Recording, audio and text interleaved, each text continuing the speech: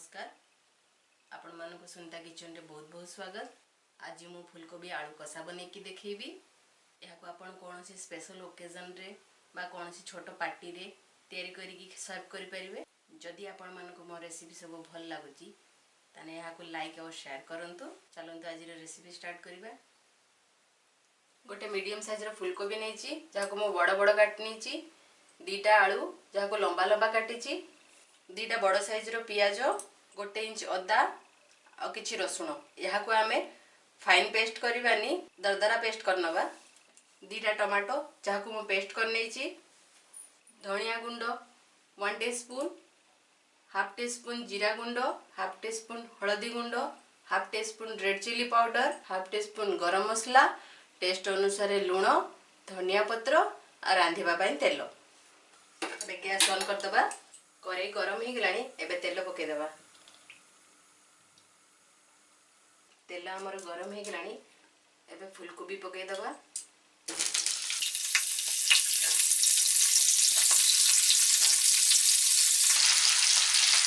लुण पके दबा जहाँद्वारा कि हम फूलकोबी शीघ्र सिझी।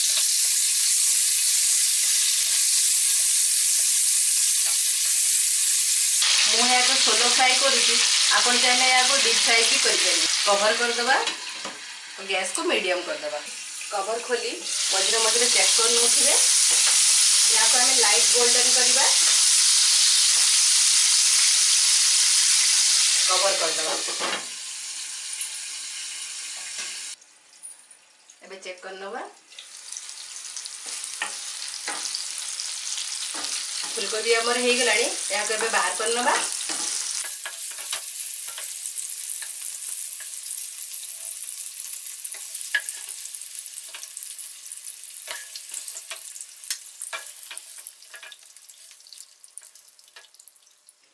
फूलकोबी हमर पूरा भलरे फ्राई हो जाइए। बे आलू को भी यही परी भाव में फ्राई करनबा।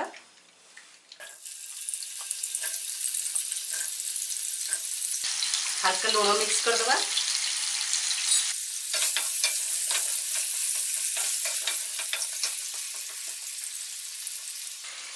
कवर कर दबा और गैस रा फ्लेम को मीडियम कर दबा। एबे चेक करनबा।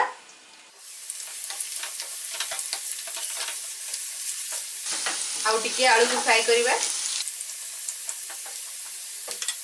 कवर कर दबा। आलू हो गलानी। एबे आलू को भी बाहर करनबा।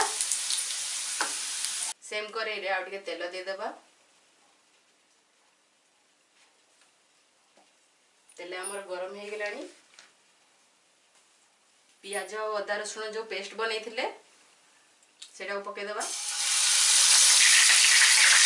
मिक्स करनबा। गैस रो फ्लेम को मीडियम कर देबे। मसला को भलरे भाजी नबा।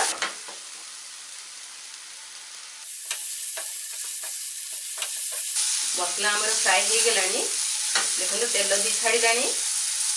तेल मसला अलग हवा आरंभ हो जाइए। एथिरे एबे हळदी गुंड, धनिया गुंड, जीरा गुंड, लंका गुंड, लुण मिक्स कर दबा।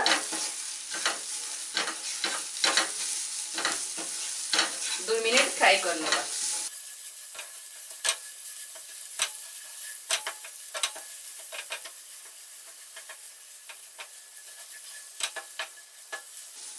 मसला हमर हो गलानी।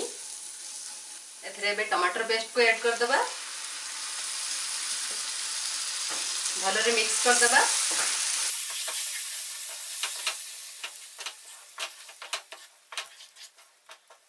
पांच मिनिट कवर करी भलरे मसला को कसी नबा। एबे चेक करनबा।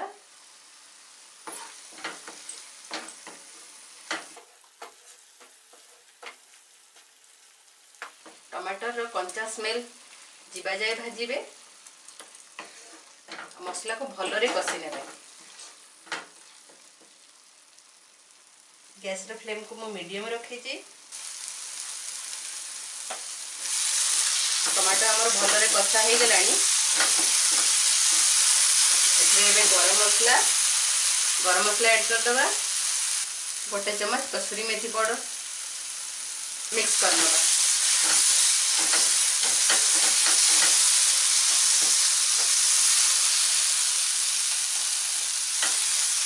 मसला आमर पूरा भलरे भजा हो गलानी। एथिरे भाजिकी रखिथिबा आलू और फुलकोबी की दे दबा।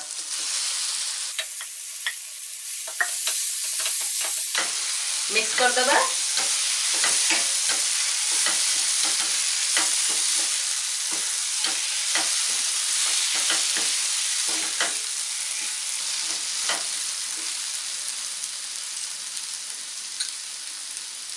धनिया पत्र पके दबा।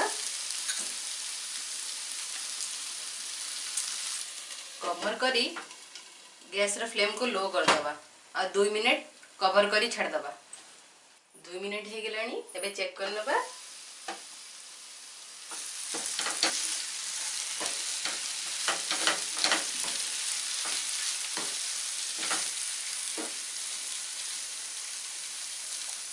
आलू और फुलकोबी हमार भलरे सीझी जाइए। एथिरे बिल्कुल पानी यूज करिवेनी। ए तरकारी आपण ड्राई ही रखिबे। आ किछि धनिया पत्र पकई गैस बंद कर दबा। यहा को आपण गरमा गरम सर्व करंतु। गरमा गरम आलू फुलकोबी मसला को आपण पूरी परोटा भात सहित खाई परिबे। यहा को पूरी सहित खाइबा को बहुत भल लागि थाए। जदि आपण मानको मो रेसिपी सब भल लागुची मो चैनल को सब्सक्राइब करि नहंती तने सब्सक्राइब करंतु और आपण को अनुभव को मो सहित शेयर करंतु। धन्यवाद।